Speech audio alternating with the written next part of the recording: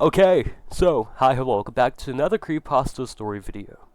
Today, Creepypasta I'm going to be reading is called The Tall Man, but before I get into it, I do want to say a few things. First off, the video is a one take, so if you hear me stumble, mumble, fumble, and mess with my words, I am sorry. And also, at the time of this recording, I am finally recovering from having COVID, so if I do sound kind of weird, I am sorry, but hey, it is what it is. But second thing I do want to say, please consider using code GOONS at gamersubs.gg. It's code GOONS. I am not sponsored by them, but if I was told that if I keep saying use the products, they may sponsor me in the future, and you know your boy definitely needs a sponsor. So yeah.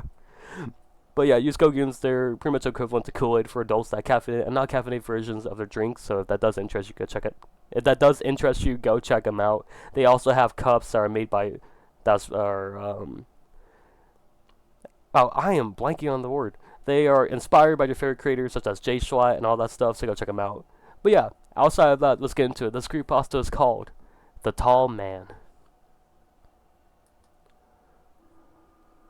I know of an old Romanian fairy tale, highly unpopular even in its early iterations.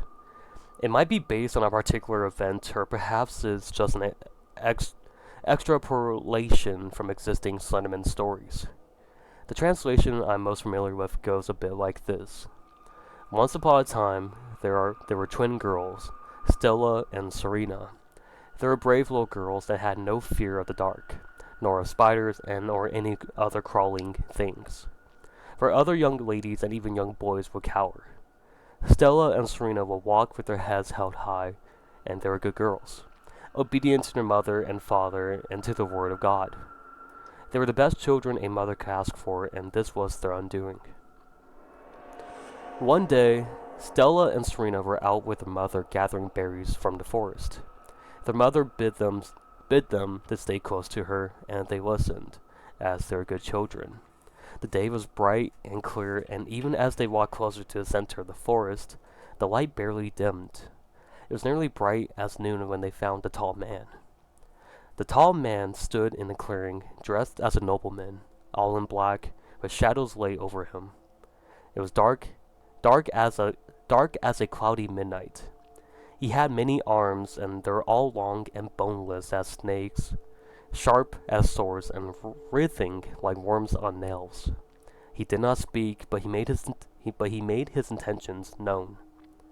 The mother tried not to listen, but she could no more disobey the tall man than she could forget how to breathe. She walked into the clearing, with her daughters shortly behind her. Stella, she said, take my knife and cut a circle on the ground big enough to lie in. Stella, who was not afraid of the tall man, nor afraid of the quiver in her mother's voice, obeyed what her mother said.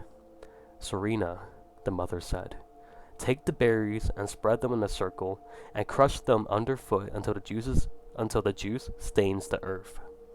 Though Serena wondered why her mother asked her to do such a thing, she obeyed because she was a good girl. Stella, the mother said, lie in the circle. Stella, though worried she might stain her clothes, did as her mother asked. Serena, the mother said, and bid Serena cut her sister open with a knife. Serena could not, would not. Please, her mother said. If you don't, it will be worse, so much worse. But Serena could not, and she threw the knife away and ran home. Crying, she hid under her bed, afraid for the first time in her life. She waited until her father came home from the fields, and told him the terrible thing she had found in the woods. Her father comforted her, and told her that she would be safe. He went to the woods with his axe in his hand, as he commanded, she stayed by the hearth, waiting for his return. After some time, she fell asleep, and when she awoke, it was to the sound of knocking on her door at the darkest hour of night. Who is there? She said. It is your father, the knocker said. I don't believe you, said Serena. It is your sister, the knocker said. It cannot be, said Serena. I am your mother, said the knocker, and I told you it would be worse. The door, locked tight before her father left, fell open as it had been left ajar. Her mother stepped in, her sister's head clutched in one bloody hand and her father in the other. "Why?" wept Serena. "Because," said her mother, "there is no reward for goodness.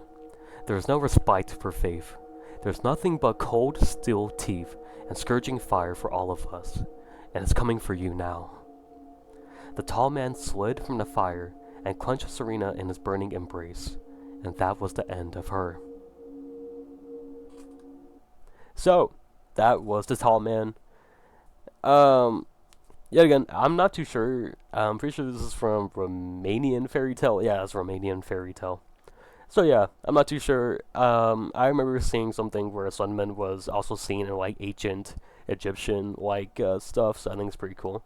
But yeah, that was Tall Man. I thought I should read that to y'all, so hopefully y'all enjoyed this creepypasta. And yeah, I don't have anything else to say. Use code GOONS at GameStop.gg. All my links are down below. Leaving a like and subscribing will help out the channel a lot, and I would greatly appreciate it if you do.